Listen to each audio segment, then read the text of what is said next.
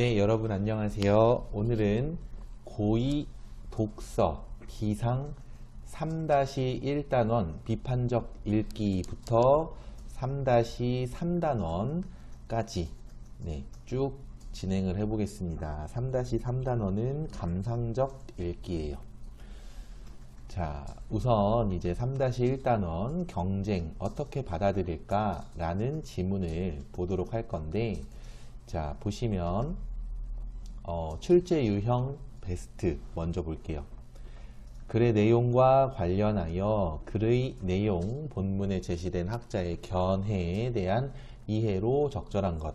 여기서 본문에 제시된 학자의 견해, 이런 게 이제 출제하기도 굉장히 좋고, 여러분들이 학습하기도 정리가 비교적 수월해요. 이 문단별로 정리를 하면 되기 때문에 이 부분 잘 봐주시고요.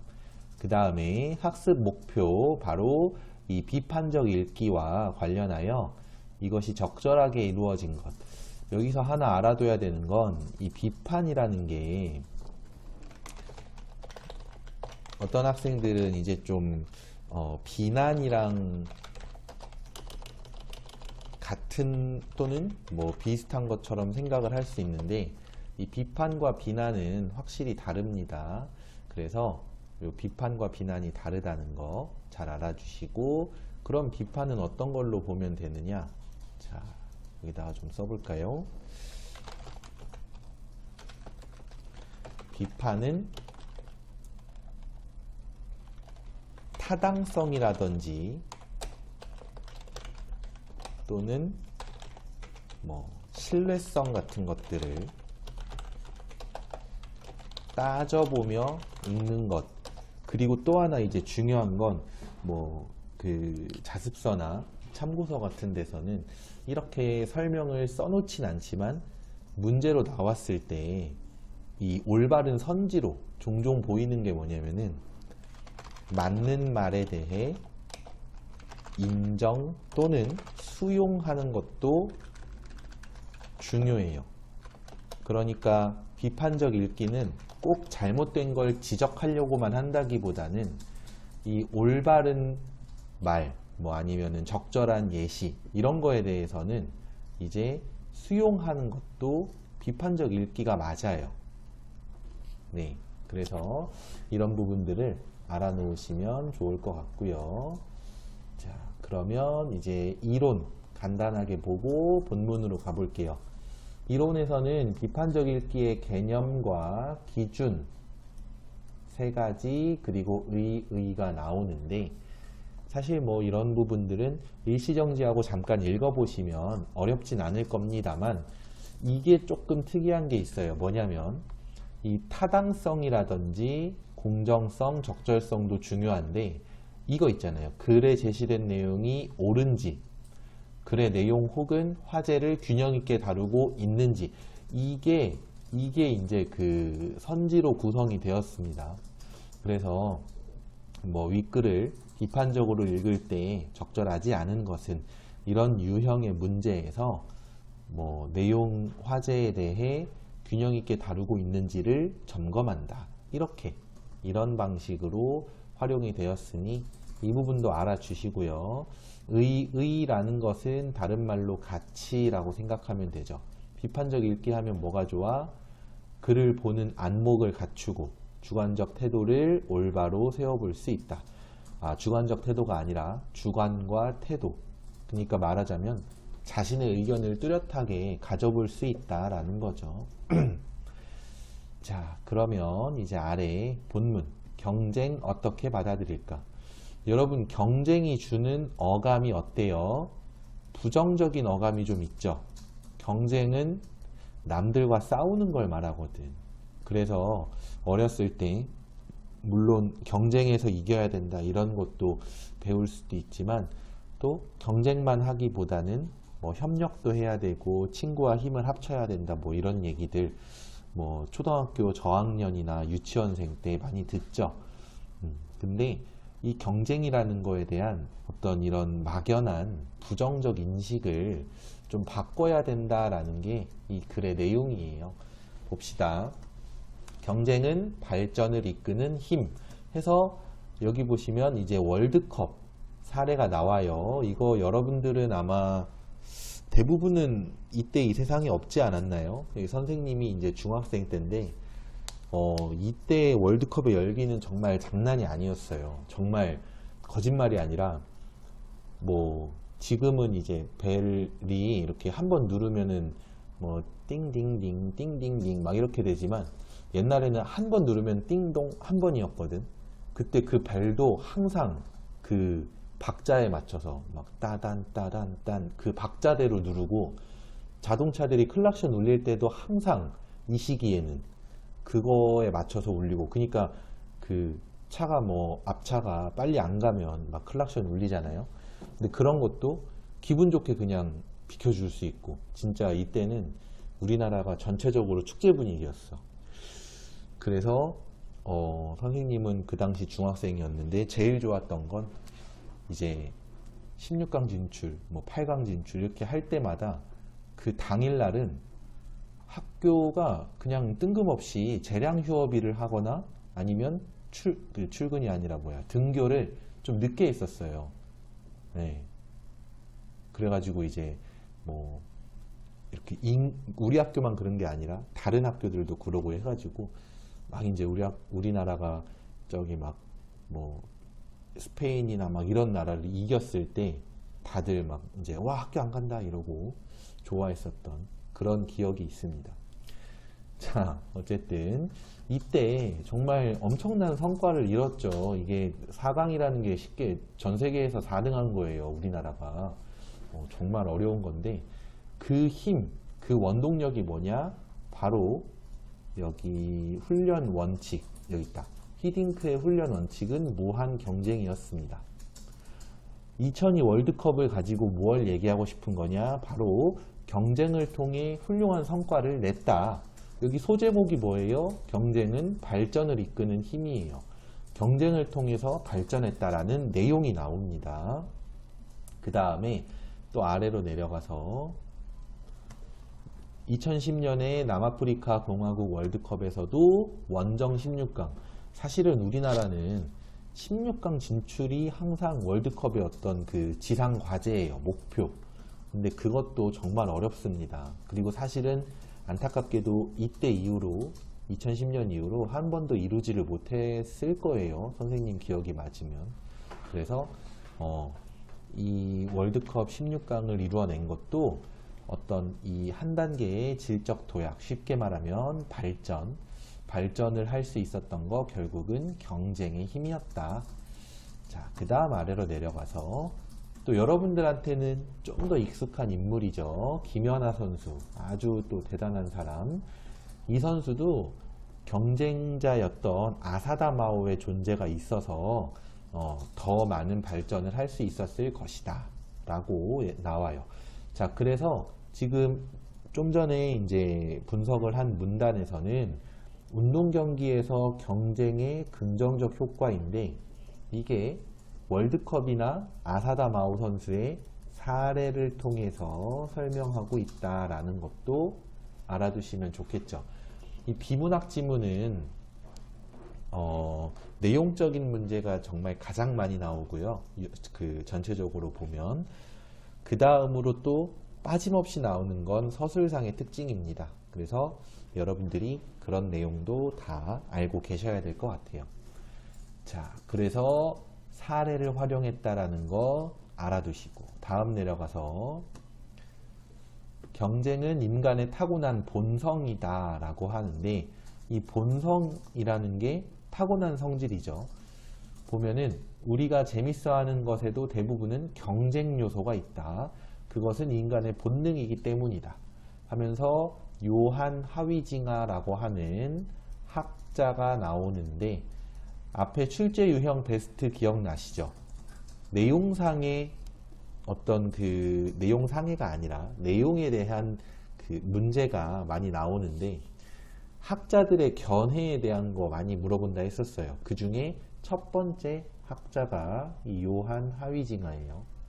이 사람은 호모 루덴스라는 개념을 이제 언급을 했는데 사람의 어떤 그 다른 동물과의 가장 큰 차이는 바로 유희, 쉽게 말하면 놀이예요, 놀이.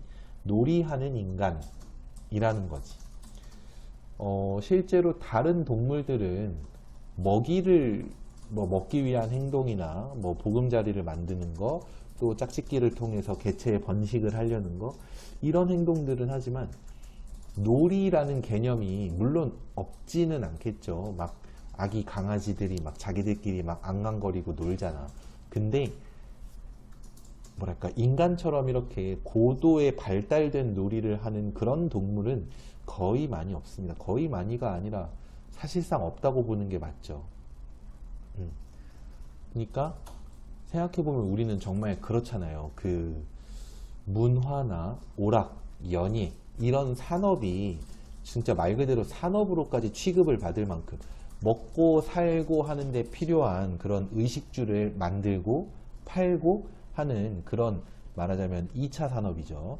그런 것들이 2, 3차 산업, 그런 것들이 이제 당연히 먼저 발달을 했지만 궁극적으로는 지금 우리 주변에서 정말 발달된 산업 하면은 많이들 이제 생각할 수 있는 게 그런 연예, 문화, 오락 관련 산업들, 그런 것이고, 인간은 이렇게 쾌락과 즐거움, 놀이를 통한 그런 것을 추구한다는 거지. 그래서 어찌 보면 좀 맞는 것도 같아요. 그리고 이 하위징하는 이 호모 루덴스라는 측면에서 인간을 봤을 때 놀이라는 것이 가장 큰 특성이다 라고 했어요. 그런데 그 놀이에는 경쟁 본능이 필수적으로 들어간다. 우리가 하는 놀이는 대부분 생각해보면 경쟁이 있죠.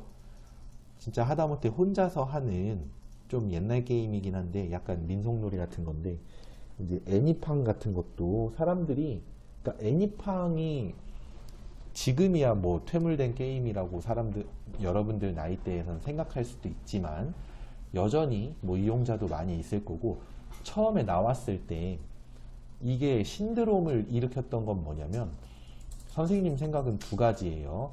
하나는 게임 자체는 이전에 있었던 그 룰과 크게 다르진 않아요. 그런데 게임이 재밌는 게 아니라 게임을 해서 점수를 낸 걸 다른 사람들이 몇 점 내는지를 볼 수 있다는 게 정말 중요해. 경쟁 본능을 자극한 거거든.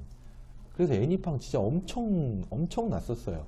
선생님도 진짜 핸드폰 그냥 충전시켜 놓고 자고 일어나면은 하트가, 이게 사람들이 선생님을 초대하거나 하트를 보내면 자기도 하트를 하나 받는 시스템이잖아요.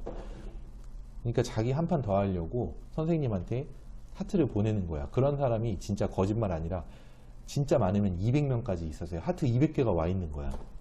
그래서 선생님이 처음에는 애니팡 하지도 않을 건데 깔아만 놨었거든. 근데 하트도 많고 해서 해봤다가 경쟁심 붙어서 주말에 막 충전기 꽂아놓고 막 3시간, 4시간씩 계속하고 막 그랬던 기억이 있습니다. 자, 그러면서 또 하나는 오랜만에 연락하는 사람이 생기기도 하고, 하트를 보내면서. 그럼 그 사람이, 야, 너는 연락 한 번 안 하다가 하트만 보내냐? 이러면서 연락을 트고 만나서 식사를 하든 이렇게 또 교류가 이어질 수도 있고. 그런 면에서 애니팡은 하나는 경쟁 본능을 자극했다는 거, 또 하나는 이제 오랜만에 연락을 할 수 있는 구실이 되어줬다는 거, 이런 것들이 이제 굉장히 좀 혁신적이었죠, 그 당시에는. 자, 어쨌든 이 경쟁 본능에 대한 좋은 사례가 될 것 같아서 얘기를 해봤고요. 그 다음에 아래로 내려가서 사람들은 최고가 되고 싶어하고 인정받고 싶어 한다. 사실은 요즘에는 이런 심리를 과도하게 드러내면 관종이라고 하잖아. 근데 그게 정말 나쁜 게 아니라 사실은 본능이에요. 누구나 가지는 본능. 자, 그 다음에 하위징하의 얘기는 여기서 마무리하고 아래로 내려가면은 이번엔 토머스 홉스라는 사람이 있어요. 이 사람은 인간의 본능이 있는데 그 본능에는 싸움을 불러일으키는 경쟁심, 소심함, 명예욕이라는 게 있고, 그 중에서도 특히 경쟁심이라는 것은 무엇인가를 얻기 위해 투쟁하도록 만든다 라고 했습니다. 그래서 토마스 홉스도 사람의 본능 안에 경쟁심이 내재되어 있다라고 얘기를 했습니다. 다음으로는 경쟁은 우리 삶에서 떼어낼 수 없다라고 했고, 이것은 경쟁을 부정하지 말고 경쟁의 긍정적인 요소를 활용하는 게 더 지혜로운 거다. 자, 사람이 어쩔 수 없이 가지고 있는 본능이라고 인정을 하면, 경쟁심을 그렇게 인정을 하면 그것을 더 지혜롭게 활용하고 긍정적인 효과를 내도록 하는 게 맞는 거잖아요. 그죠? 무조건 억누르라는 거는 약간 올바른, 아니 지혜로운 어떤 활용법이라고 볼 수 없지. 있는데 없는 것처럼 살아라. 이거 얼마나 힘들어. 있어? 그래, 알았어. 있으니까 그러면 이걸 바람직하게 활용을 해보자 라는 거. 그리고 그 바람직한 활용이 이제 이후에 나옵니다. 우리나라의 경제 성장 과정도 경쟁의 힘을 보여준다. 왜? 이 1950년대에 전쟁으로 힘들었던 우리나라가 오늘날의 높은 경제 수준을 가진 것은 세계와 경쟁하며 노력해온 결과입니다. 그리고 선생님은, 이건 선생님의 생각이에요. 선생님은 그런 생각도 들어. 생각해보면 우리나라는 또 절대 져서는 안 되는 경쟁 상대가 두 군데나 있었어요. 뭐냐? 하나는 뭐 당연히 북한. 그 당시에는 이제 특히나 전쟁이 끝난 지 얼마 안 돼서 이 북한한테 밀리면 안 되기 때문에 더더욱 막 이제 이를 악물고 열심히 그 경제 발전을 도모를 했겠죠. 또 하나는 일본. 우리나라는 특히 일본한테는 또 어쨌든 가깝지만 또 이 어떤 역사적으로는 지을 수 없는 나라잖아요. 그죠? 선생님도 일본을 막 나쁘게만 보지도 않고요. 뭐 그렇다고 무조건 좋아하지도 않아요. 나쁜 건 나쁜 거고 좋은 건 좋은 건데, 인정할 건 인정하지만 지고 싶지 않은 건 확실히 맞지. 선생님도 이렇게 국가대표 축구 경기 사실 막 챙겨보지 않아요. 근데 일본과의 경기는 챙겨봅니다. 일본과의 경기는 배드민턴이든 뭐 하다못해 진짜 이제 막 게임 같은 것도 막 국제대회가 있을 때 일본과의 경기는 소식을 알게 되면 챙겨봅니다. 예, 이겼으면 하는 마음도 있고요. 뭐 어쨌든 그런 게 또 우리나라 사람들의 어쩔 수 없는 심리이지 않을까. 그리고 그렇게 지기 싫은 그 마음, 그런 선의의 경쟁, 여기서 부당한 방법으로 결과적으로 이기는 것만이 중요한 게 아니에요. 여기서 말하는 경쟁은 올바르고 공정한 경쟁을 통해서 이기면 좋지만 지더라도 나의 발전이 이루어지는 거. 그게 바로 경쟁의 긍정적 요소거든. 그렇게 해서 그런 과정을 거쳐서 우리나라는 이제 이런 지금 높은 경제 수준, 그리고 뭐 말하자면 선진국이라고 볼 수 있죠. 이제는 조금 힘든 나라들을 도와줄 수 있을 위치가 됐으니까 그런 수준에 이르렀다라는 게 글의 내용입니다. 자본주의라는 것도 사실은 이런 어떤 그 경쟁을 통해서 발전을 이루는 거예요. 간단하게 말해서 사람들은 자기가 이루어낸 만큼 가질 수 있다라고 하면 더 많은 걸 이루려고 해요. 이루어낸다라는 건 크게 둘 중에 하나예요. 같은 가격 안에서 더 많이 생산을 해내는 것. 누구는 생산을 더 많이 하고 누구는 생산을 더 조금밖에 못해. 그러면 생산을 더 많이 한 사람이 뭐가 돼? 부자가 되고 여유를 가질 수 있고, 그죠? 그렇게 되거나 또는 같은 생산량 안에서 가격을 더 낮추는 쪽이 있고 가격이 더 많이 들어가는 쪽이 있겠죠. 이렇게 놓고 보면 가격과 생산이라는 두 가지 측면에서 최대한의 효율을 이끌어낼 것을 목적으로 열심히 연구하고 연습하겠죠. 그게 이제 자본주의가 발달할 수밖에 없는, 발전할 수밖에 없는 이유입니다. 자, 그러면서 이제 경쟁이 어떤 긍정적 작용을 한다는 것까지.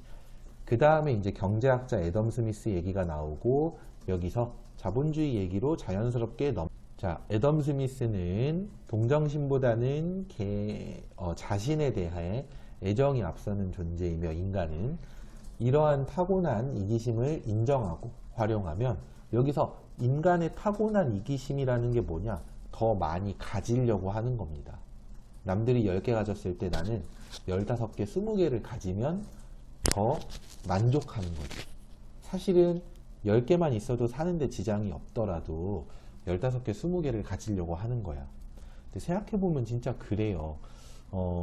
예를 들어서 뭐 어떤 사람이 1년에가 아니라 복권에 맞았는데 만약에 100억에 당첨됐다고 치자. 사실 100억에 당첨되잖아? 그러면 100년 동안 1년에 1억씩 쓰면서 살 수 있어요. 1년에 1억을 쓴다는 건 대략적으로 계산했을 때 하루에 20만원에서 30만원 정도의 돈을 쓴다는 거야. 그러면 어지간한 괜찮은 호텔 가서 하루에 1박에 한 7, 8만원 하겠죠. 그런데 가가지고 그냥 평생 호텔에서 살면서 한 끼에 한 15,000원에서 2만원짜리 식사를 한다고 치면 뭐 하루에 아무리 써도 한 15만원? 거기에 이제 뭐 어디 놀러 가서 좀 쓰고 뭐 사고 싶은 거 사고 그렇게 살아도 평생을 먹고 살아요. 100억이 생기면. 근데 왜 복권에 맞은 사람들은 다 행복하게 그렇게 여유 있게 살기만 하는 게 아니라 어떤 불행한 삶을 사는 경우가 있죠. 왜 그럴까요? 왜냐? 이 타고난 이기심이라고 표현되어 있는 어떤 욕심이 좀 부정적으로 발현이 되면 그런 일이 생겨요. 하지만 그건 나쁜 쪽인 거고, 긍정적인 방향으로 잘 활용을 하면 개인도 발전할 수 있고 사회도 발전할 수 있다. 사실은 개인이 모여서 사회를 이루기 때문에 이건 어찌 보면 당연한 얘기인데, 이 자본주의의 원리는 개인의 발전 그리고 나아가 사회의 발전을 이루어내는 것이라고 보시면 됩니다. 자, 그 다음으로 가볼까요?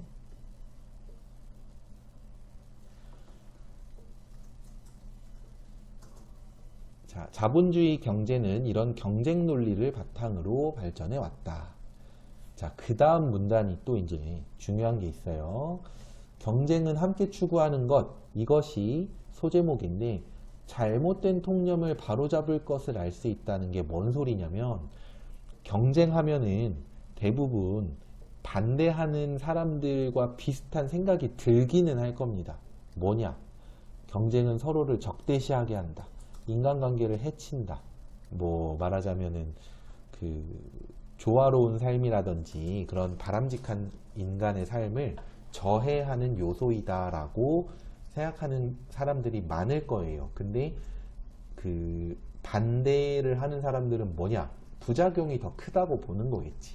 찬성을 하는 사람들은 긍정적인 작용을 더 크다고 생각하는 거고. 이건 뭐 사람마다 다르게 볼 수는 있는데, 무조건 경쟁이 어떤 서로 간에 말하자면 배척, 그러니까 너를 이겨먹을 거야 라는 그런 마음만 있는 것은 아니에요.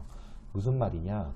여기 보시면 경쟁에는 협력이라는 것이 담겨 있습니다. 어째서 그럴까? 공정한 경쟁을 위해서 협력은 필수입니다. 앞에서 선생님이 잠깐 얘기했던 건데, 결과적으로 이기기만 하면 된다. 그러면 반칙을 쓰고 뭐 부당한 방법을 쓰고 그렇게 하겠죠. 근데 그건 바람직하지가 않다는 거야.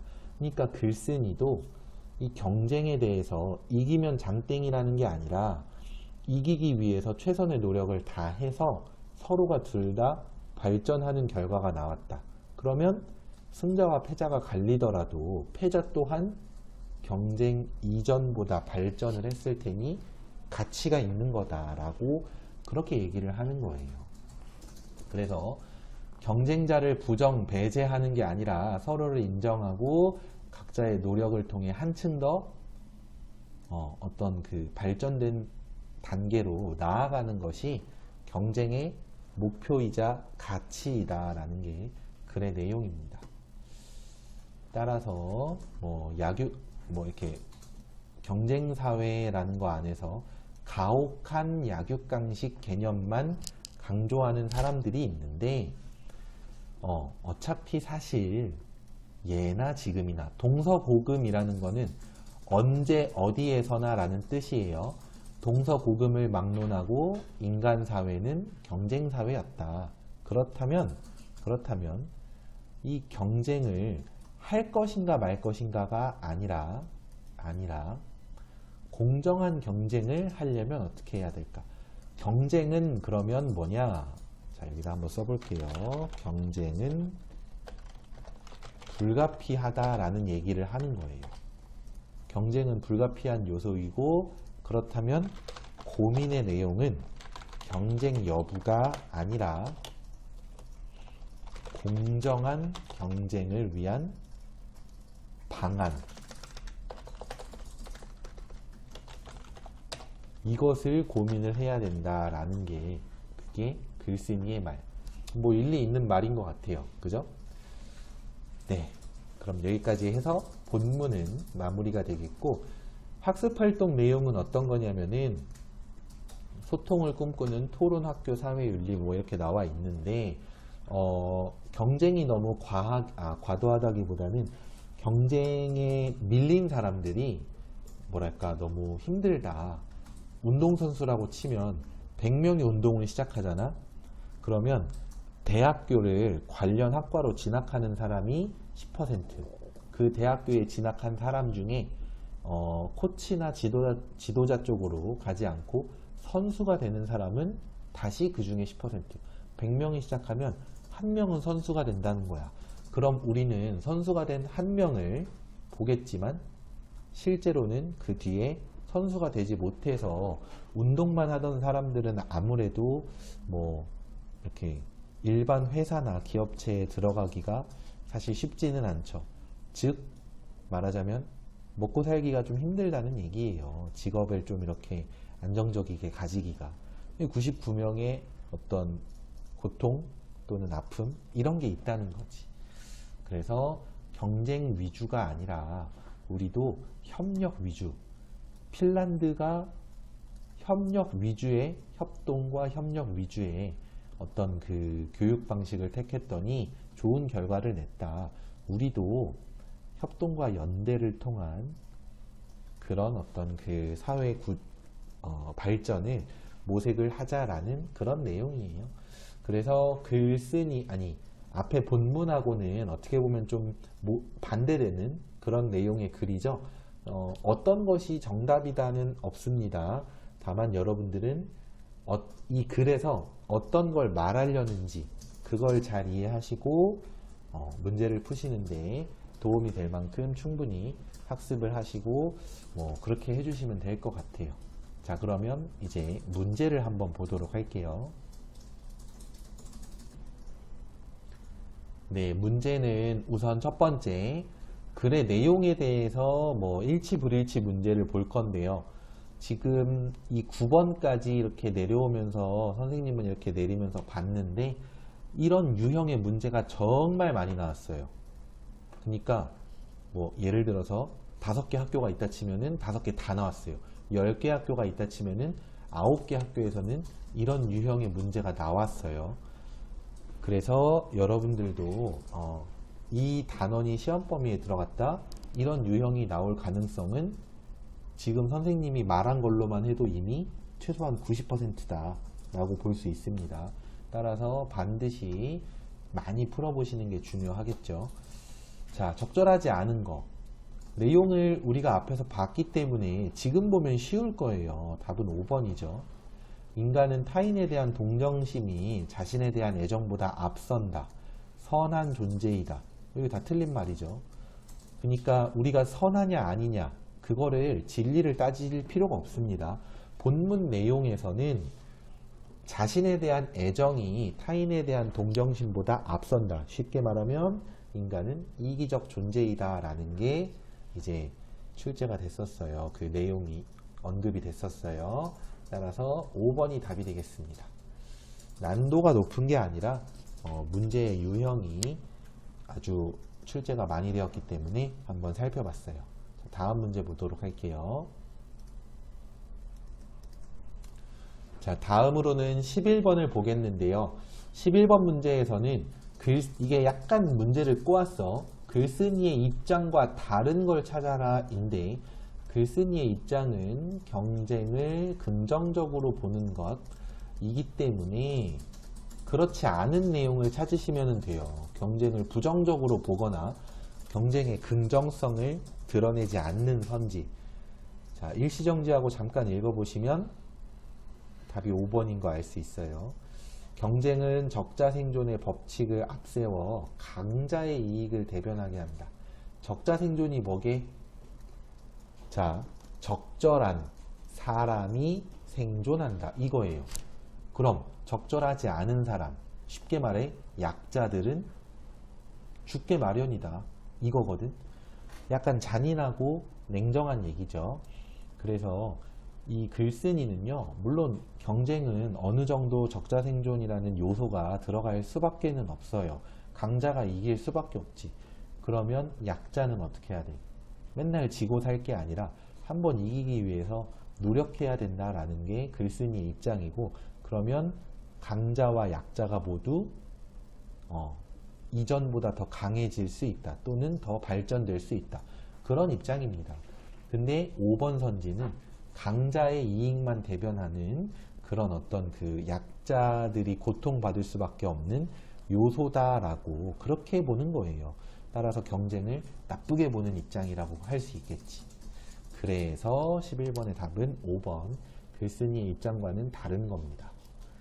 자, 이제 마지막 문제 보도록 할게요.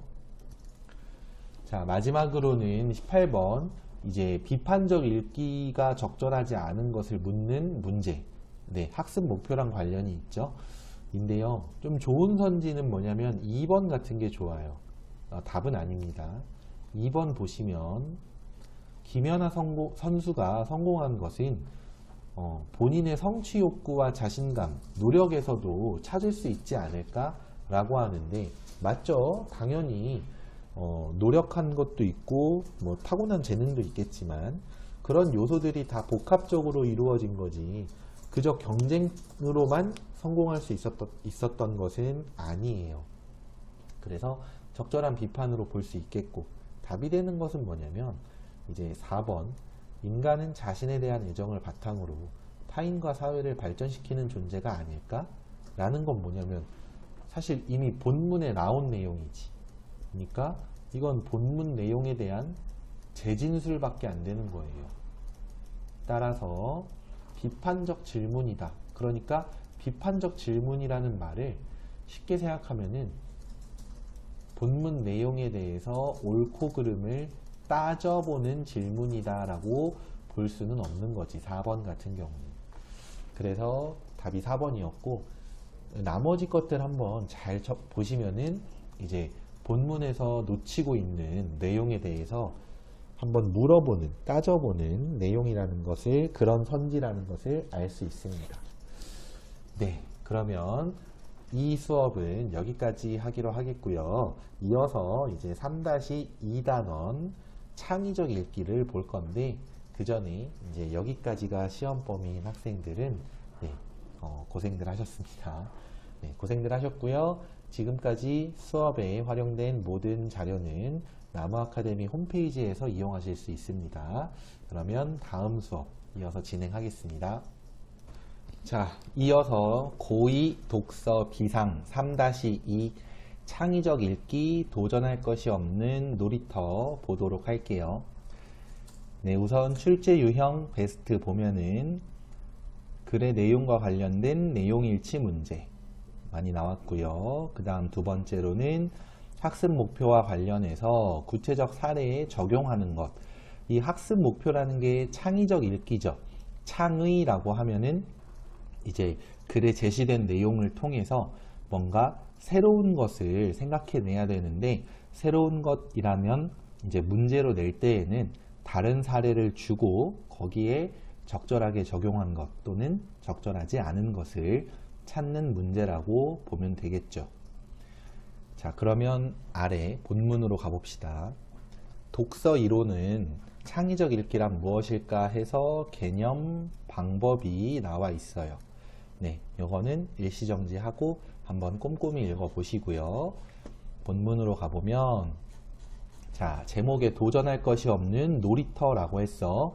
놀이터에서의 부상을 둘로 나누고 있어요. 회복이 가능한 수준이냐, 어려운 수준이냐.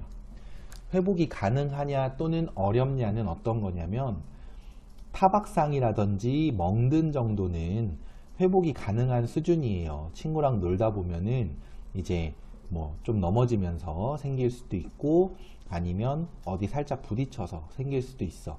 그런데 그 부딪힌 곳에 날카로운 물건이 튀어나온 게 있어서 뭐 심한 상처를 입거나 뭐 피가 난다든지 심하게 그러면 안 되잖아요. 그죠? 또는 뭐 그물이나 난간이 부실해서 거기에 뭐 아이가 좀 걸린다든지 이런 일이 생겨. 또는 난간이 무너지면서 아이가 떨어져서 머리를 다친다. 그런 건 아주 큰일이죠. 그런 일은 생겨서는 안 돼. 글쓴이는 이 회복 가능한 수준에 대해서는 열린 태도를 보여야 한다 라는 얘기를 하고 있어요.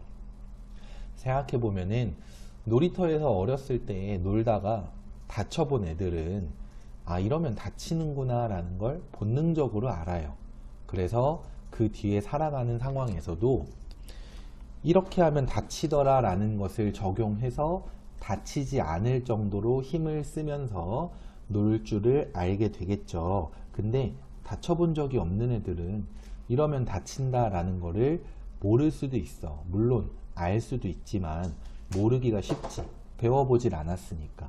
그러면 더 큰 위험에 노출될 수도 있기 때문에 아이들이 스스로 위험이나 안전에 대해서 관리할 수 있으려면 이런 부상에 대해 너무 하나하나 까다롭게 굴다가는 오히려 배울 기회를 빼앗길 수도 있다라는 거죠. 선생님도 어렸을 때 놀이터에서 놀다가 아주 뭐 툭하면 다쳤죠. 툭하면. 그러다 보니 나중에 좀 커서는 뭐 초등학교 고학년쯤 됐을 때 그때는 다치지 않고 노는 법을 자연스럽게 알게 돼서 이렇게 하면 위험하다 또는 이렇게는 하면 안 된다 이런 것들을 좀 가려냈던 것 같아요. 뭐 예를 들면은 이제 요렇게 생긴 거 있잖아요. 요렇게 생겨가지고 요렇게 너무 못 그렸는데 이거를 뭐 구름다리라고도 하고 여기에 사람은 빨간색으로 그려볼게요. 이렇게 매달려 가지고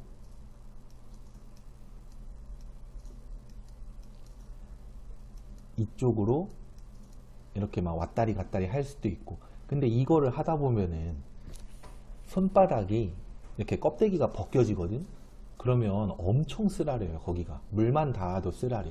근데 씻어내지 않으면 그러니까 뭐 놀이터 기구가 막 청결하게 관리되진 않으니까 뭐 먼지가 들어갈 수도 있고 해서 씻어내야 되는데 씻어내지 않으면 안 돼. 그러니까 그때 한번 까져서 엄청 고생을 했더니 그 뒤로는 이 구름다리에서 놀 때 자꾸 손바닥에 이상한 게 생기진 않았는지 이거를 신경 쓰게 되더라고. 애기 때 한번 까지고 껍데기가 벗겨지고 크게 고생을 하니까 손바닥 움직일 때마다 쓰라려요. 거기가. 그러고 나니까 이제 손바닥을 신경을 쓰게 됐던 기억이 있어. 이게 5살인가 6살 때 기억이에요. 그런 것처럼 다쳐본 애들은 더 큰 위험이나 동일한 위험에 대해서 말하자면 학습이 된다는 겁니다. 그래서 이런 위험에 대해서는 어느 정도 한 번씩은 경험하는 게 물론 회복이 가능하다면 오히려 좋을 수 있다는 얘기. 그 다음 뭐 뒤에는 좀 큰 위험에 대해서는 이런 놀이터 안전 규정 같은 것을 통해 이렇게 그 대처를 하고 있다라는 얘기. 그 다음 일본의 건축가는 아이들의 놀이 단계를 기능적, 기술적, 사회적 단계로 나눠 놓고 있습니다. 기능적 놀이 단계, 초보적인 체험만 하는 거. 미끄럼틀로 치면 그냥 위에서 군댕이 깔고 쭉 내려오는 거죠. 그 다음에 기술적 놀이 단계는 기술이 향상되는 자체가 놀이인 단계. 그래서 뭐 미끄럼틀에서 이렇게 위험하기 때문에 그런 행동을 안 하는 게 좋지만 서서 탄다든지 거꾸로 올라간다든지 그런 단계를 말해요. 마지막으로 사회적 단계는 이 방식, 기술적 방식을 활용해서 아이들이 그러니까 집단적으로 같이 놀이를 하는 단계를 말하는데 중요한 건 이거야. 기능, 기술, 사회로 나아가면서 점점 더 재미를 느끼고 도전을 하게 돼요. 근데 오늘날의 놀이터는 어떠냐 봅시다. 우리 주변의 놀이터를 떠올려 보자. 현재 우리나라의 놀이터는 기능적 단계에 머무르는 경우가 많다. 왜냐? 규정만을 충족하는 수준이 많기 때문에, 대부분의 놀이터가 그렇기 때문에 그래요. 선생님이 어렸을 때만 해도 놀이터별로 어떤 주요 놀이기구라는 개념이 있었거든. 어떤 곳은 이제 요렇게 생겨가지고 이렇게 손잡이가 있어. 그러면은 사람이 여기에 아이가 이렇게 두 손을 매달려서 이렇게 쭉 미끄러질 수 있는 그런 놀이기구가 있었는데 이거를 나중에는 이제 사회적 아니죠. 그 기술적 놀이 단계에서는 여기 위에 올라가서 막 이렇게 왕복하는 뭐 그런 놀이를 한다든지 이게 뭐 그렇게 높진 않았어요. 사람 키보다 좀 큰 정도? 한 2m쯤 됐나? 2m 조금 더 됐던 것 같아요. 그 정도 높이라서 뭐 떨어져도 팔에 멍이 좀 들게 했겠지만 떨어진 적도 없고 그런 놀이도 하고 그랬어. 근데 어떤 데는 이게 있고 또 어떤 데는 놀이터 자체가 이렇게 옆에서 봤을 때 이렇게 생겨가지고 여기에 놀이기구가 있고 여기에도 놀이기구가 있어서 여기 있는 이름이 2층 놀이터였어요. 그런 곳들이 있었는데 이제는 이 놀이터들의 이런 특색들이 다 사라졌지. 왜? 규정을 충족하는 수준으로 약간 획일성을 갖게 되었거든. 그러니까 그곳이 그곳, 거기가 거기 이렇게 돼버렸거든. 그러니까 어때요? 지루하죠. 근데 지루한 놀이터는 그럼 좀 재미가 없기는 없을 뿐인 거지 문제가 되지는 않지 않나? 이렇게 생각할지도 모르겠어요. 근데 봅시다. 문제는 아이들이 지루함을 느끼면 사고가 많이 난대. 왜냐? 놀이기구가 단순할 때 아이들은 본래의 용도와 기능에 맞지 않게 놀고 싶은 유혹을 느끼는데 그 유혹이 안전사고로 이어질 수 있다는 거야. 아까 말했지만 미끄럼틀을 앉아서 타라고 만들어 놨는데 서서 탄다? 그럼 서서 탈 때 넘어지면 크게 다칠 수 있겠죠. 이 미끄럼틀은 빠르게 미끄러지는 그런 놀이기구니까. 그래서 이런 다치는 현상이 발생할 수 있는 그런 상황을 이렇게 지루한 놀이터가 원인이 될 수 있다는 거지. 이런 아이들의 심리, 재미가 없으면은 좀 멋대로 행동을 하는 것을 반달리즘이라고 글에서는 제시를 하고 있고, 이 아이들은 하다못해 길을 걸어도 어른들은 길이 막혔으면 돌아가려고 하는데 아이들은 넘어가려고 그래. 어렸을 때 막 담 넘고 이러면서 논 적 있지 않니? 그 자체가 하나의 놀이이기 때문이에요. 근데 그게 위험하지 않다면 재미있는 도전이지만 위험할 수 있다는 거야. 그러므로 이 반달리즘을 유발하는 그런 지루한 놀이터는 문제가 될 수 있죠.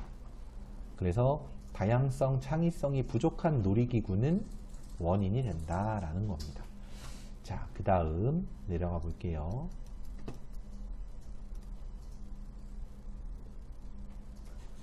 앞서 말했듯이 지루한 어떤 지루함과 실증은 사고가 될 수 있고, 미끄럼틀에 거꾸로 올라가지 마시오라고 했는데 놀이터가 지루할 경우 아이들은 거꾸로 올라가고 싶어진다는 겁니다. 그래서 미끄럼틀이 아이들에게 올라갔다가 미끄러져 내려오는 거 말고 다르게 응용할 수 없는 놀이기구라는 거.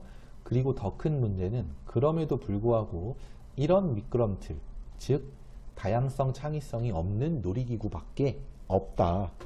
왜 그럴까요? 왜 그러냐? 내려가 보면 우리나라의 놀이터는 어딜 가나 뭐 놀이터에는 미끄럼틀이 있고 뭐 주변에 그네 있고 시소 있고 고무 매트나 고무 칩으로 된 바닥이 있는 것으로 정형화가 되어 있어. 왜냐면 이건 뒤에 나오지만 어른들이 만들어 놓고 관리하기 편하게 하려고 그런 겁니다.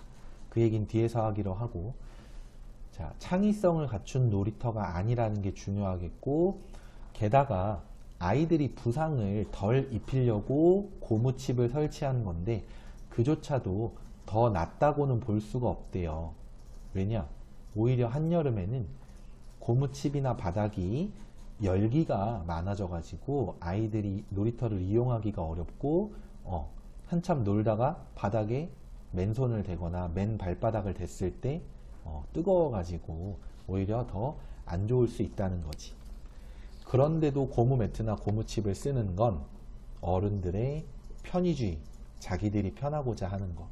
물론 어른들도 또 고충이 있을 거예요. 뭐냐면 옛날처럼 모래로 된 놀이터 만들어 놨더니 세균 많다고 막 뭐라 그래. 그래서 고무칩을 해놨더니 뜨겁다고 뭐라 그래. 뭐 어쩌라는 거지? 이럴 수도 있는데 또 뭔가 다른 것을 좀 개발을 하려고 해야 되겠죠. 근데 아무래도 점점 더 관리하기 편하고 사고 나지 않는 쪽으로만 점점 놀이터가 바뀌어 간다는 거. 아이들의 어떤 창의성이나 재미난 도전을 이렇게 도와줄 수 없는 방향으로 바뀌어 간다는 게 이 문단의 내용입니다. 그 다음, 우리나라에 지루한 놀이터만 있는 또 하나의 이유는 사회적 놀이 단계, 즉 기존의 방법이 아니라 자기들만의 창의적인 방법으로 놀이기구를 활용하려고 할 때 위험하다며 못하게 하는 어른들 때문이다. 이건 앞에 나왔던 이 작은 부상에 열린 마음을 가져야 된다라는 것과 관련이 있는 내용인데, 여기서 말하는 위험이라는 건 너 그러다가 팔 부러진다 이런 위험이 아닐 때가 많아요. 실제로 아이들이 놀 때 큰 위험을 겪을 것 같으면, 아니 그런 일은 애초에 생겨서는 안 되겠죠. 그런 일은 예방이 되어야 되고, 작은 위험, 뭐 넘어져서 무릎이 까지거나 이런 식의 작은 위험에 노출되는 거에 대해서는 아이들 스스로가 주의하게끔 어떤 교육과 안내는 있어야 되겠지만, 그래도 한번 까졌을 때에는 잘 치료를 해주고 앞으로 안 다치게끔 아이에게 알려주는 거. 봐봐, 이렇게 하니까 다치잖아. 넘어지지 않게 신경을 써야 돼 라고 알려주는 게 중요하다는 거지. 근데 어른들은 눈에 보이는 아이들의 안전을 지키기에 급급하다. 그러니까 예를 들어서 뭐 동생이 있는 친구들은 이게 생각하기 쉬울 텐데, 동생이 놀이터 가서 놀다가 무릎이 까지고 들어왔어. 또는 얼굴에 흉터가 나고 들어왔어. 근데 저녁에 이제 밥 먹을 때 뭐 예를 들어 아빠가 애를 봤는데 엄마가 애 얼굴이 왜 그러냐 하면은 아빠가 놀이터에서 놀다가 넘어졌어. 그러면은 엄마가 아이고 막 하면서 아빠한테 뭐라 하는데, 그게 좀 심한 경우도 있을 거예요. 애를 어떻게 본 거냐부터 시작해서. 그래서 이런 식으로 이제 그 어떤 아이들의 안전을 좀 과하게 걱정을 하다 보면 이게 뭐 그냥 엄마 아빠가 말다툼하고 끝나는 게 아니라, 그런 사람들이 많아지다 보면 놀이터 자체가 약간 노잼이 될 수밖에 없는 거야. 안전해야 되니까. 안전하기만 해야 되니까. 그것을 글쓴이는 지적을 하고 있어요. 그래서 아이를 돌보는 어른들이 조금 더 어떤 마음을 열 필요가 있다. 작은 부상에 대해서는 그런 얘기였습니다. 자, 그 다음에 내려가서 놀이는 도전이다. 다시 말해 해보지 않았던 것을 하는 것 자체가 놀이이다. 우리 어렸을 때도 생각해보면은 이제 뭐 안 해봤던 것들을 친구들하고 새롭게 배워서 그 놀이를 할 때 재미를 느끼죠. 그렇기 때문에 놀이터에서 자주 다치거나 심하게 다치면 안 되지만 도전하는 과정이 필요하고, 회복 가능한 수준의 부상은 무엇이 위험하며 그렇게 되지 않으려면 어떻게 해야 하는지를 스스로 깨닫게 하는 것, 즉 학습이 되게끔 하는 것에 도움을 줄 수 있다라는 내용입니다. 초등학생을 대상으로 유아 수준의 놀이터를 만들어 놓고는 안전한 놀이터라고 자만하면 아이들이 스스로 안전해질 수 있는 그런 어떤 학습을, 그러니까 그런 방법을 학습할 기회를 빼앗는 것이다 라는 글쓴이의 얘기입니다. 다음, 이제 놀이터는 아이들이 진취적인 행동과 긍정적인 사고를 키워나갈 수 있도록 도전과 모험의 공간이 되어야 한다 라고 하고요. 안전, 그리고 도전, 모험이 모두 이루어져야 된다. 그래서 중요한 거, 글쓴이는 안전을, 그러니까 도전이나 모험을 안전보다 중요시 여긴다. 맞아요, 틀려요? 이거 틀립니다. 왜 틀리냐면은 어떤 게 더 중요하다라는 언급은 따로 하지 않아요. 그게 아니라 지금 너무 안전만 따지니까 그러지 말고 도전과 모험도 신경을 써주자라는 게 글쓴이가 말하고자 하는 바입니다. 자, 그 다음에 또 어떤 사람이 이런 얘기를 했는데, 애당초 아이들의 놀이란 다소 모험적이며 더러우며 시끄럽다. 자, 이거 중요한데, 어른들이 배척하는 요소, 어른들이 싫어한다는 거지. 근데 그런 점을 배제하고 놀이를 규제하려고 하니 소극적이고 수동적이게 된다. 놀이터는 자유로운 놀이 공간이 되어야 한다. 자, 이거 앞에 나왔던 3-1단원하고 좀 비슷한 거 있다? 뭔지 알아? 뭐냐면 3-1단원도 경쟁이라는 게 배척할 요소가 아니라 인간의 본성이고 받아들일 수밖에 없는 요소이다 라고 했죠. 아이들의 놀이 또한 모험적이라는 건 다른 말로는 조금은 위험할 수 있고 더럽고 시끄러울 수 있다. 근데 그걸 배척하지 말고 받아들이자는 거야. 받아들이고 그 안에서 어떻게 아이들이 창의성을 발휘하고 위험에 대해서 학습할 수 있는지, 그렇게 그런 공간이 될 수 있는지를, 그것을 우리 어른들은 생각을 하자라는 그런 내용입니다. 자, 여기까지가 이제 본문의 내용이었고요. 다음으로는 지문 분석 학습 활동 보면은 모두가 여유롭게 쉴 수 있는 도시공원 해서, 여기서는 아이들의 어떤 그 편이라기보다는 노약자, 어린이, 장애인, 임산부 등 사회적 약자들에게 놀이공원이, 그러니까 도시공원이 어떤 제대로 활용되기 어려운 상황을 말하면서 어떻게 하면 도시공원을 좀 이렇게 사회적 약자들도 완전히 활용을 할 수 있을까, 그에 대한 내용을 말하고 있고요. 본문과 연계해서 각각의 문제점과 각각의 해결 방안을 보기의 형식으로 묻는 문제, 그런 문제들이 출제가 되었으니 본문을 잘 읽어보시고, 사실은 뭐 교과서라든지 뭐 자습서 같은 곳에 잘 이렇게 정리가 돼 있죠. 그리고 저희 파일에 분석 암기형 그 파일에서도 이제 표로 정리가 잘 돼 있어요. 그 부분을 잘 참고하셔서 이제 본문과 학습 활동이 각각 어떤 문제를 제기하고 어떤 해결책을 제시하는지 또는 어떤 방향을 제시하는지를 잘 이해를 해 주셔야겠습니다. 그러면 자, 문제 보도록 합시다. 우선 첫 번째로는 7번 문제를 보려는데요. 본문의 내용과 일치하지 않는 것을 묻는 문제이죠. 이 문제에 답이 되는 것이 몇 번인지 보시면은 이제 3번이 답이 됩니다. 어째서 3번일까? 아이들이 놀이와 도전을 구별할 수 있도록 어른들의 지도가 필요하다라고 했는데, 하나, 놀이와 도전을 구별할 필요가 크게 없죠.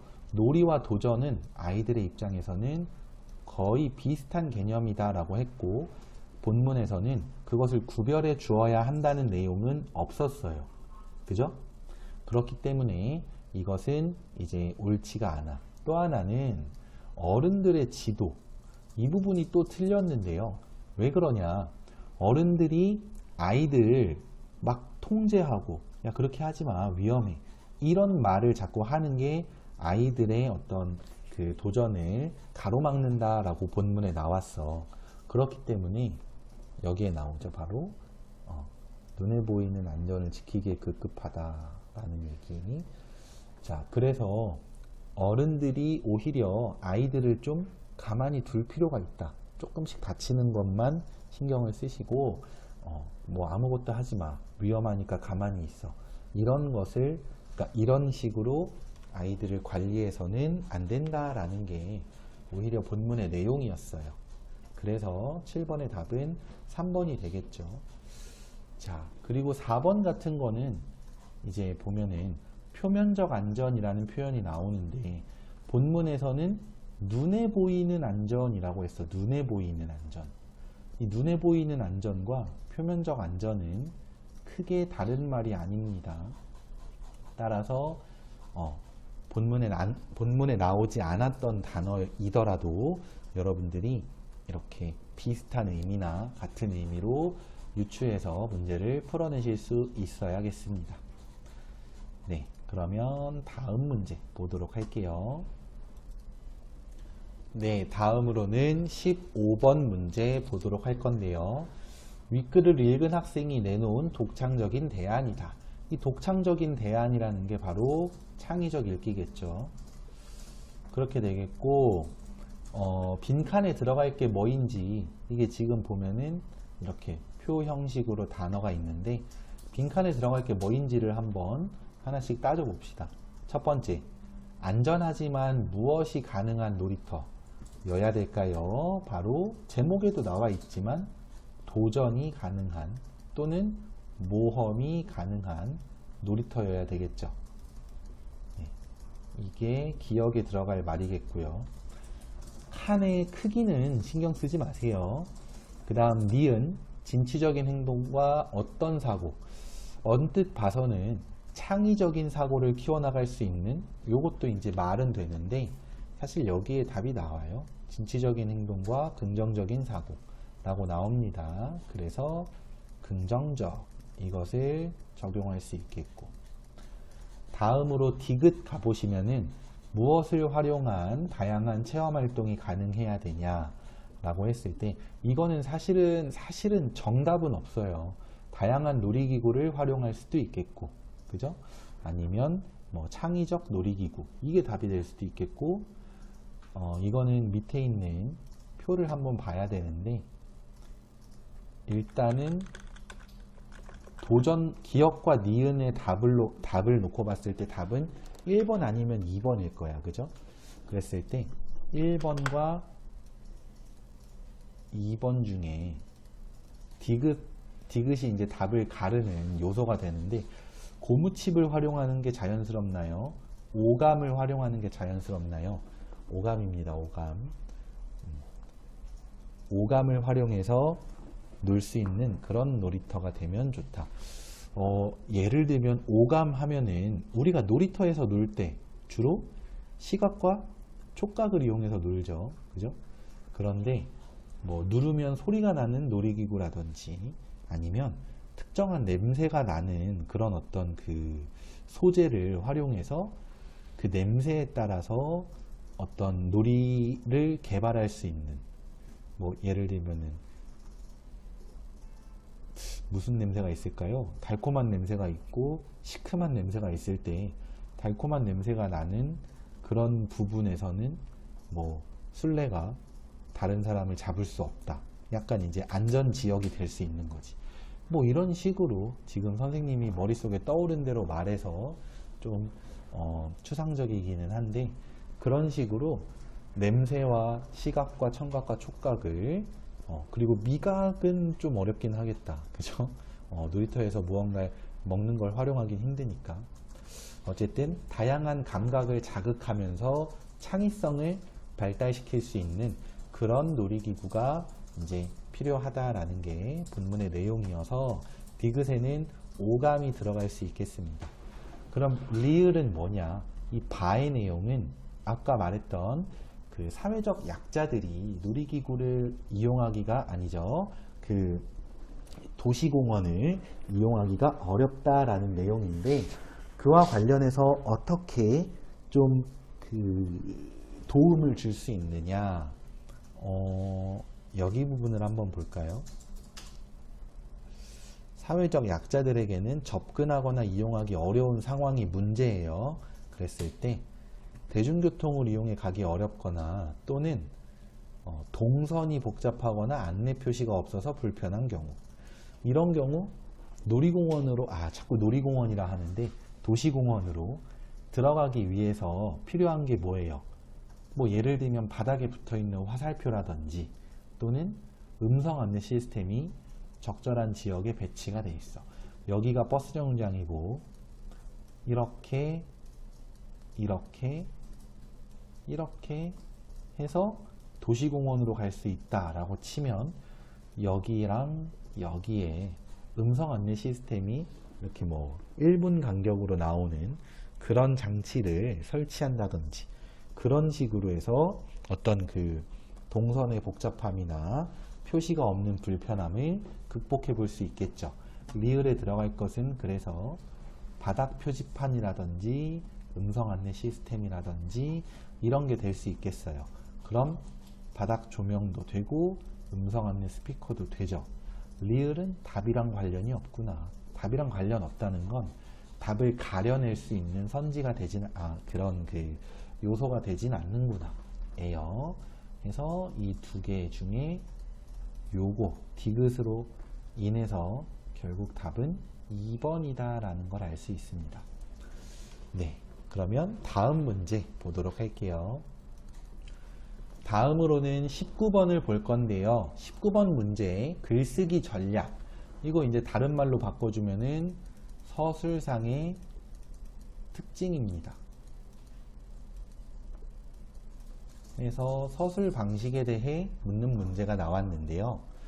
보시면 이제 답부터 체크해 보자면 4번이겠죠. 4번에서 사회 문제를 제시하고 문제 해결의 필요성을 언급한다. 사회의 문제점이 뭐냐? 놀이터 문제예요.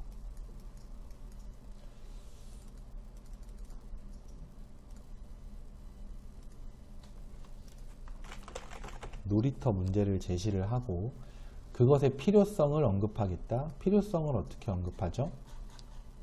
네, 아이들이 스스로 안전함을 또는 위험으로부터를 관리할 수 있어야 되는데 그러지 못한다 라는 거, 이것을 이제 그 문제점, 그러니 놀이터가 창의성을 가지게 해야 한다라는 글쓴이의 생각이 더 뒷받침되고 강화가 될 수 있겠죠. 네, 이런 식으로 답을 찾아볼 수 있겠고요. 이제 좀 헷갈릴 수 있을 만한 건 뭐 1번 정도를 생각해 볼 수 있는데, 시대의 변화에 따른 화제의 변화 양상을 서술해야겠어. 중심 화제는 놀이터겠고, 변화 양상을 설명한다면 과거의 놀이터와 오늘날의 놀이터를 뭐 어떻게 다른지를 설명해 볼 수 있겠죠. 근데 그런 내용은 나올 수도 있지만 나오지 않았어요. 그러니까 아예 어색하다는 게 아니라 나올 수도 있는데 나오지를 않았다. 그래서 1번은 적절한 글쓰기 전략이 아니다라는 걸로 생각을 하시면 되겠습니다. 네, 이런 식으로 이제 서술상의 특징, 창의적 읽기, 내용 일치 문제를 잘 풀어보도록 하시고요. 이 외에도 어휘 문제도 많이 나왔으니까 어휘 빼먹지 마시고 꼭 학습을 하셔야 됩니다. 네, 그러면 이 3-2 단원의 수업은 여기까지 하겠습니다. 고생들 하셨고요. 지금까지 수업에 활용된 모든 자료는 나무아카데미 홈페이지에서 이용하실 수 있습니다. 감사합니다.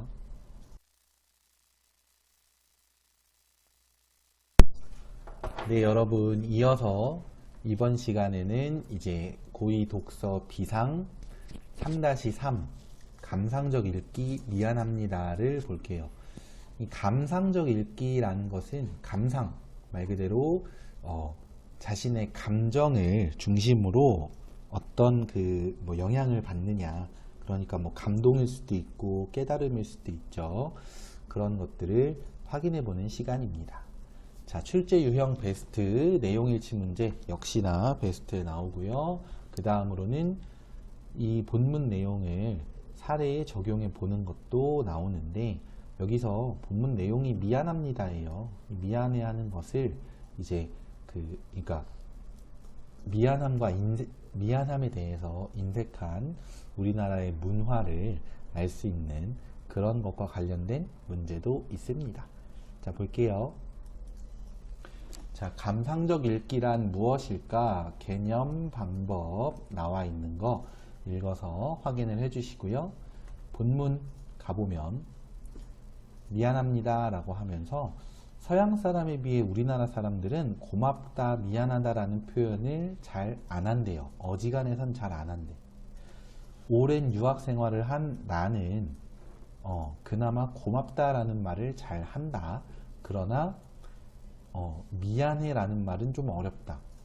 일단 미안해 라는 말을 잘 안 하는 이유는 뒤에 나오는데, 하나 말하고 싶은 건 이 글의 갈래는 수필이죠. 그렇다면 여기서의 나는요, 가상의 인물이 아니라 바로 글쓴이 자신이에요.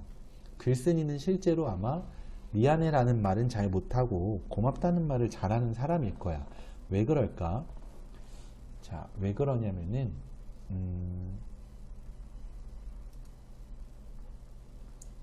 첫째, 나의 삶의 방식과 연결된 거일 수도 있다.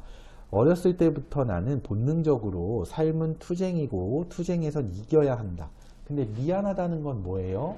패배를 인정하는 것밖에 안 된다. 그래서 나는 패배를 인정하고 싶지 않았다 라는 거. 그 다음 두 번째는 자존심 때문일 수도 있다. 나의 실수를 인정한다는 것은 내가 그러니까 미안하다는 건 내가 실수했고 내가 부족하다라는 걸 인정하는 꼴이다. 그건 자존심이 상한다는 거지. 아니면 내가 잘못 살고 있을지도 몰라라는 그런 두려움이 들었다는 거예요. 그러니까 뭐 내가 친구한테 뭐 조금 늦어가지고 미안해 라고 말하면 조금 늦은 나의 삶이, 나의 이 방식이 잘못됐다는 걸 인정하는 거라서 미안하다고 안 하고 싶은 거지. 여러분들도 아마 이렇게 가족들, 여러분들은 학생이니까 특히 부모님과 갈등을 겪을 때도 많을 거고, 가끔씩은 이제 어디 가서 뭘 사 먹거나 할 때 그 점원이나 또는 사장과 이렇게 갈등을 겪기도 할 텐데, 그럴 때 사실은 상대방이 미안합니다 또는 죄송합니다 라는 말을 하면서 어떤 얘기를 하면 그래도 기분이 좀 상하진 않아요. 내가 좀 불편을 겪었더라도. 근데 상대가 미안하다는 말도 없이 자신의 입장만 내세우면 이제 뭐야, 그러니까 지금 네 잘못이 아니라 내 잘못이라는 거야? 이런 생각이 들면서 나도 기분이 상하죠. 해서 미안하다는 말은 자신의 잘못을 인정한다는 의미가 된다는 거. 근데 그것이 갈등을 원만히 해결할 수 있게 해준다는 게 사실은 맞는데, 우리가 이제 미안하다는 말을 잘 못하는 데에는 내 잘못을 인정하고 싶지 않은 마음, 또는 내가 잘못 살지도 모른다는 그런 두려운 마음, 이런 것들이 드러나는 행동인 것 같아요. 그것도 아니면 내가 남보다 못났다는 것에 대한 열등의식이나 자격지심일 수 있다라고 하는데, 이거는 뒷부분을 읽다 보면 알 수 있는 게 뭐냐면, 글쓴이가 몸이 좀 불편해요. 정확하게는 다리가 좀 불편합니다. 그래서 내가 좀 부족해서라도, 부족하기 때문에라도 더 미안하다는 말을 아껴야 될 것 같아 라고 생각을 한 거지. 뭐냐면 내가 미안하다는 말을 잘 해버리면 사람들이 그 다리가 불편해서 그런가 이렇게 생각할 수도 있고, 나는 그게 싫은 거예요. 근데 그런 마음은 이해를 합니다. 예를 들면은 오늘날에는 별로 상관없지만 한 20년 전 드라마, 한 15년, 20년 전 드라마 보면은 이제 아버지가 일찍 돌아가셨거나 그런 주인공이 학교에서 친구랑 싸운다? 그러면 아빠가 안 계셔서 애를 똑바로 교육을 못 시켜서 그러냐, 이런 식으로 이제 그 얘기가 나왔었어요. 그랬을 때 이제 그런 얘기는 말하자면은 열등의식을 건드려서 오히려 뭐 사과를 이끌어내지 못하고 갈등을 더 키우는 거지. 그래서 이렇게 열등의식이나 뭐 좀 불리한 상황에 놓인 사람들이 그런 요소를 건드리는 말을 들으면 오히려 더 미안하다는 말을 잘 못하는 경우도 많이 있고, 글쓴이는 그런 열등의식과 관련하여 이제 그 미안하다는 말을 좀 잘 못하겠더라 라는 얘기를 하고 있습니다. 자, 그 다음으로 내려가서 소설 강의 시간에 주홍글씨의 첫 장면을 읽게끔 하였는데 김영수라는 학생한테 시켰대. 근데 서훈이라는 학생이 책을 읽었대요. 그래서 화가 좀 났대. 왜냐면 학생들의 이름을 다 기억하고 있는데 근데 왜 영수가 아니라 서훈이가 읽었냐. 이건 나에 대한 반항이거나 모욕이다 라고 생각을 한 거지. 그래서 지금 책 읽은 학생이 김영수인가요? 라고 하면서 자기 이름도 모르냐, 결석한 친구를 대신해서 대답해주는 학생들이 있다더니 이젠 이름을 착각할 정도인가? 이렇게 야유 또는 이거는 우리가 뭐 비아냥거리다 이런 표현을 쓰죠. 그런 행동을 그렇게 말을 했어.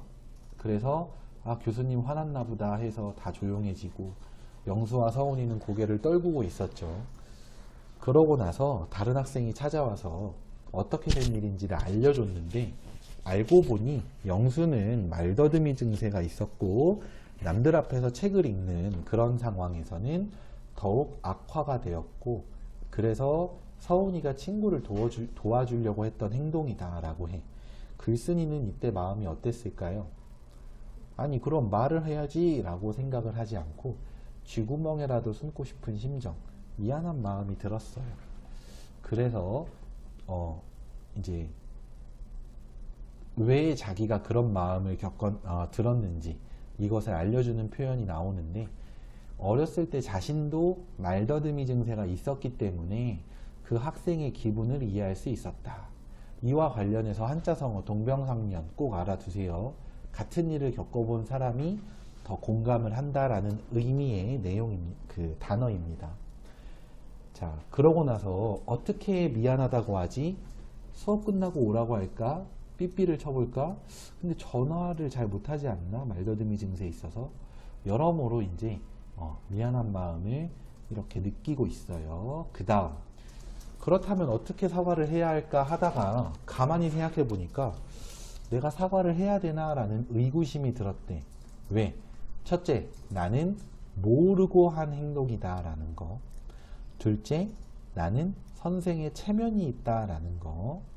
셋째, 영수는 다 까먹었을지도 모르는데 괜히 사과하는 게 오히려 긁어부스럼, 말하자면은 지나갈 수 있는 일을 못 지나가게 만드는 일이 될지도 몰라 라고 생각을 한 거야. 근데 이거 사실은 여러분들도 선생님도 그래요. 우리 모두가 미안하다고 말해야 될 상황에 미안하다고 말하지 않고 넘어갈 때 이런 얘기를 하죠. 이런 얘기 또는 이런 생각을 해요. 내가 일부러 그런 것도 아니고 괜히 미안하다고 안 해도 될 거 미안하다고 해서 괜히 나만 좀 불리한 위치에 놓일 수 있고 그런 생각을 하면서 이런 건 뭐냐면은 이 단어는 꼭 알아두세요. 이런 걸 합리화라고 합니다. 근데 합리화라는 건 합리적이랑은 다른 말이에요. 뭐냐면 합리화라는 건 합리적이지 않은 상태를 합리적인 것처럼 여김, 쉽게 말하면 우기는 것을 말합니다. 우기는 거. 합리화라는 건 합리적이게 된다는 게 아니라 우긴다는 뜻이에요. 그래서 뭐 예를 들면은 어떤 애가 교실에서 시끄럽게 막 노래를 불러. 그러면은 야 듣기 싫으니까 부르지 마 라고 해. 그랬을 때 걔가 야 내 입 갖고 내가 노래 부르는데 네가 뭔데 난리야? 이렇게 말할 수도 있고 아니면 이 교실 네가 전세 냈어? 왜 네 맘대로 해? 라고 할 수도 있죠. 그랬을 때 이제 그 친구는 사실 합리화를 하고 있는 거야. 실제로는 누구의 교실도 아니라면 타인에게 피해를 주지 않는 행동, 그러니까 피해를 주는 행동을 안 하는 거, 피해를 주지 않으려고 노력해야 되는 거, 그게 더 합리적인 거고 맞는 말인데, 이 우기는 친구들은 그렇게 생각을 안 한다는 거죠. 자, 어쨌든 그래서 사과를 하지 않고 넘어갑니다. 근데 어떤 일이 있었냐? 글쓴이가 어느 날은 아버지가 차를 가지고 글쓴이의 오피스텔 앞으로 데리러 왔었어.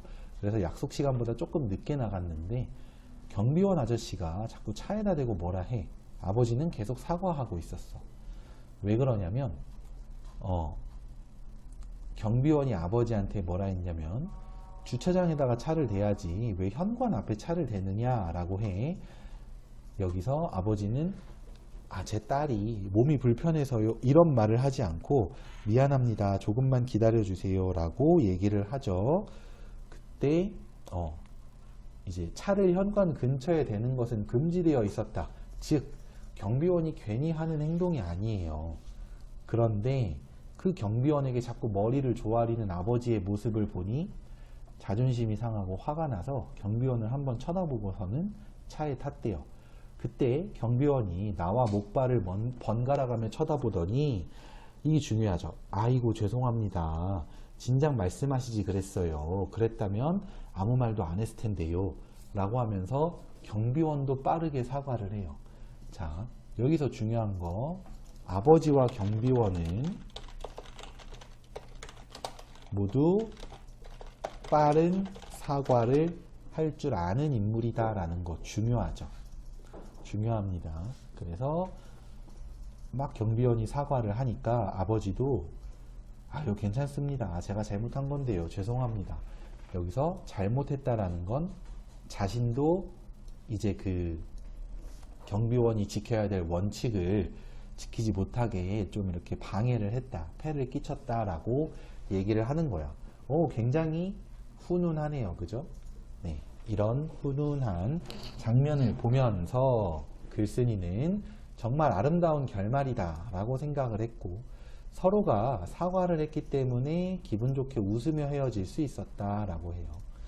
자, 그 다음, 아마도 나라면 아버지처럼 사과하기보다는 금방 가는데 왜 그러세요 라고 말을 했을 거고, 경비원도 그래도 원칙은 원칙이지 라고 말을 했을 거다라는 거. 그러면서 결말이 서로 불쾌하게 났을 거다라는 거. 지금 아버지와 경비원처럼 서로 웃으며 사과하며 결말이 나지 않고 서로 감정이 상한 상태로 결말이 났을 거다라는 얘기를 하고 있어. 이러면서 글쓴이는 미안합니다 라는 말의 효력을 이렇게 한번 다시 생각을 하고 있어요. 그래도 나는 아버지 차를 타고 나서 투덜거렸다. 왜 그렇게 허리를 굽히고 그래? 체신 없어 보이잖아.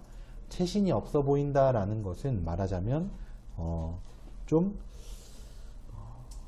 약해 보이잖아 라는 말하고 좀 비슷해요. 아빠가 그렇게 잘못한 것도 아닌데 굽실굽실 사과를 하면 이 좀 아빠가 큰 잘못을 한 것처럼 보이잖아, 이런 얘기입니다. 근데 아버지는 체신, 원 잘못한 거 사과하는데 체신은 무슨 체신이냐? 그러니까 내 얼굴, 내 체면 생각할 필요 없다는 거야. 잘못했을 때에는 체면을 생각하지 말고 사과하는 게 맞다라는 거지. 멋진 아버지죠. 그때 글쓴이는 문득 김영수의 얼굴이 떠올라요. 잘못을 사과하는데 선생은 무슨 선생 체면이라고 하면서 얼른 내일 수업 끝나고 사과해야지 라고 하면서 이렇게 사과할 거야 라는 그 멘트가 나옵니다. 그러면서 이제 아버지와 경비원의 일화를 통해 자신이 사과를 했었어야 되는 게 맞구나 라는 걸 깨달았다는 내용이 제시가 되어 있습니다. 그러면서 앞으로는 나도 좀 더 미안합니다 라는 사과를 자주 할 수 있을 것 같아. 이렇게 글이 마무리가 되어요. 자, 여러분 이쯤에서 하나 알아둬야 될 거, 수필이라는 것은 체험과 깨달음으로 구성이 되어 있습니다. 그랬을 때 글쓴이는 어떤 체험을 하느냐? 글쓴이가 체험한 내용은 뭐냐면 김영수와 글쓴이의 일화가 있었고요. 또 아버지와 경비원의 일화가 있었죠. 여기서 글쓴이와 김영수의 일화는 글쓴이가 직접 겪은 거고, 아버지와 경비원의 일화는 직접 겪었다기보다는 주가 되는 사건, 글쓴이가 주체적으로 겪은 사건. 아버지와 경비원이 주체이고 그것을 글쓴이가 본 거죠. 네, 그랬을 때 어떤 깨달음을 얻을까? 깨달음의 내용은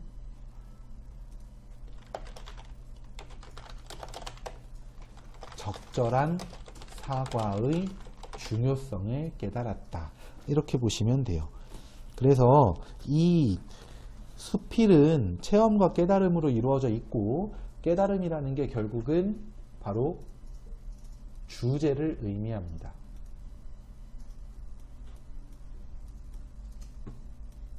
글쓴이가 이 글을 통해 말하고자 하는 것.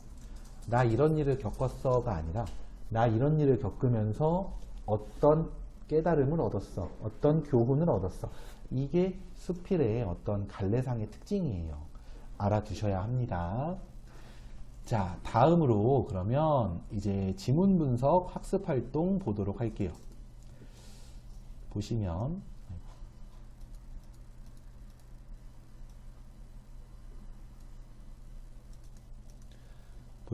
외국의 언어 문화와 우리나라의 언어 문화의 차이가 드러나는 성호의 이야기가 나오는데요.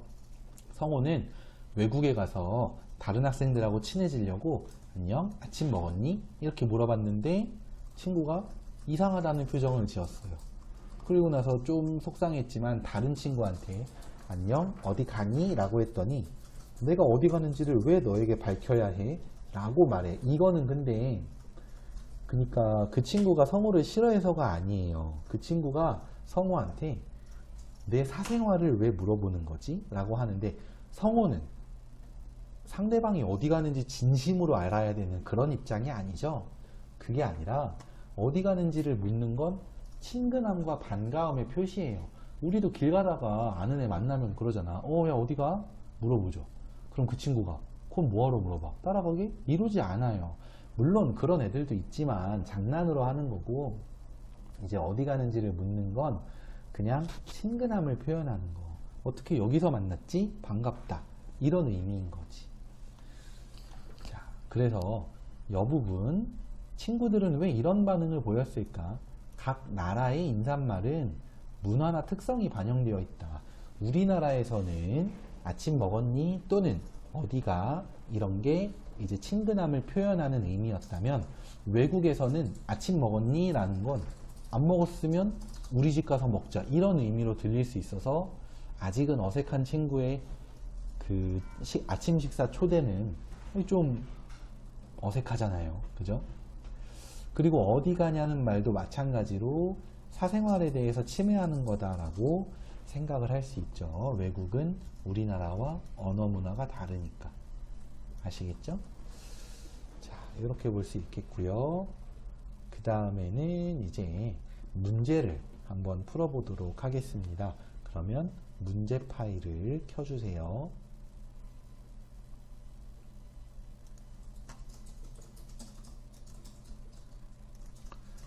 자, 우선은 맨 위에 쪽으로 가볼까요?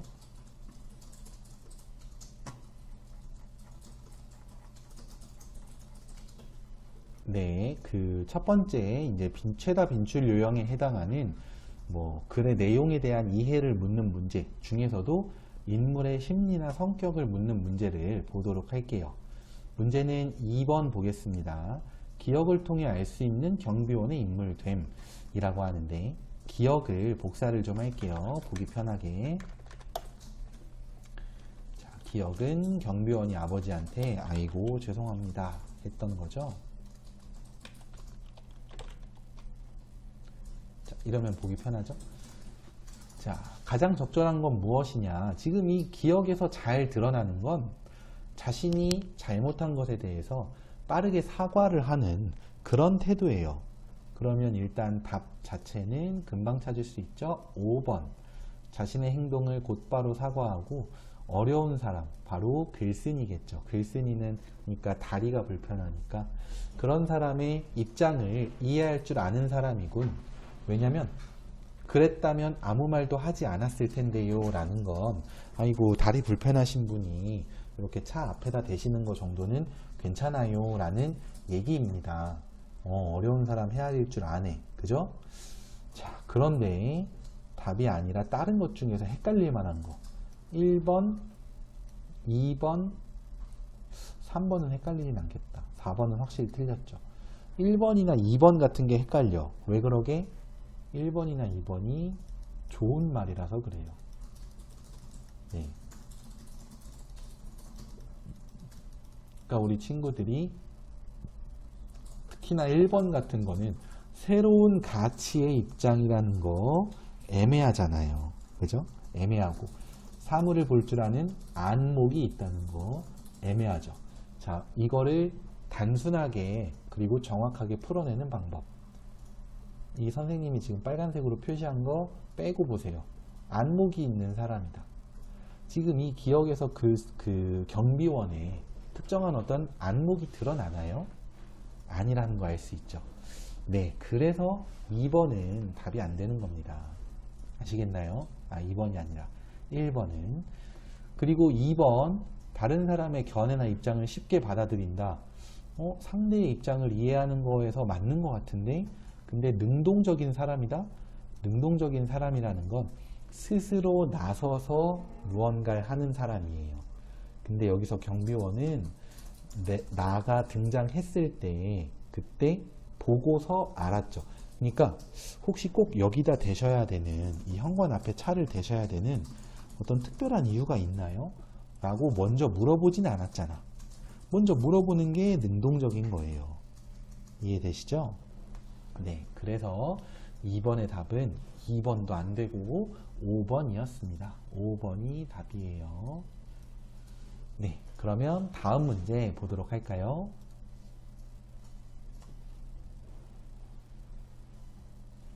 자, 다음으로는 12번을 보겠습니다. 요거 한번 지금 얼른 한번 풀어볼까요?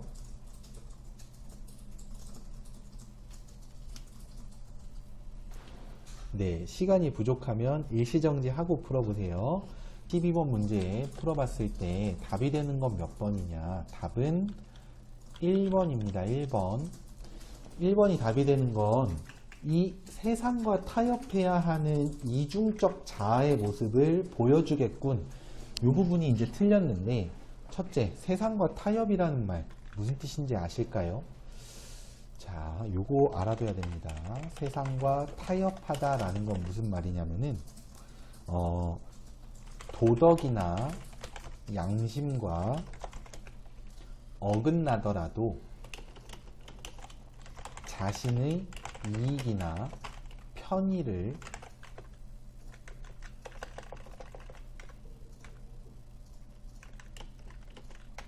위해서 어떤 옳지 못한 행동을 하는 것 또는 정의롭지 못한 행동을 하는 것, 이런 걸 타협이라 그래요. 예를 들어서 뭐 그런 일이 있어서는 안 되겠지만 여러분들 친구가 만약에 좀 어떤 좀 불량한 학생에 의해서 괴롭힘을 당하고 있을 때 여러분들이 나서서 너가 하는 행동이 옳지 않으니 그러지 말아라 라고 이렇게 말을 해주면 좋은데 못 그러는 경우가 좀 더 많죠. 못 그러는 그런 태도가 바로 뭐냐? 타협적 태도입니다. 도덕적으로 또는 양심적으로 생각하면 그 친구를 도와줘야 하지만 자신의 편의, 내가 편해지고자 하는 마음, 그것 때문에 모른 척하는, 즉 옳지 못한 행동을 하는 것, 그런 게 세상과의 타협입니다. 좋은 게 아니죠. 그리고 이중적인 자아의 모습도 뭐 본문에서 그렇다고 보기에는 좀 그런 내용이 나온다고 보기에는 힘들죠. 네, 따라서 12번의 답은 1번이 되겠습니다. 그리고 잠깐 보이지만 이런 한자성어 문제도 많이 나오고 어휘 문제도 나오니까 반드시 어휘나 한자성어 학습을 꼭 해주세요. 자, 그러면 마지막으로 한 문제 풀어보도록 할까요? 자, 다음으로는 서술형 문제를 한번 봅시다. 서술형 문제는 이제 선지로 구성되면은 참 어떻게 보면 쉬울 수도 있는데 이렇게 자기가 써야 될 때 좀 어렵죠. 그래서 쓰는 요령도 한번 같이 볼게요. 일단 밑줄 친 기억이 어떤 거냐. 경비원은 나와 목발을 번갈아가며 쳐다보았다. 이 기억을 통해 알 수 있는 거. 나는 몸이 불편한 사람이다 라는 걸 알 수 있죠. 자, 그랬을 때 글쓴이가 미안하다는 말을 하지 않는 이유는 여러 가지가 있었어. 한번 더듬어 볼까요? 어떤 거였냐면은 첫 번째로는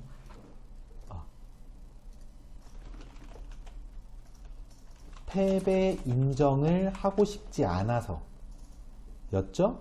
그 다음엔 자존심. 그러니까 미안하다고 말하면 체면이 깎인다고 생각한 거야. 그 다음으로는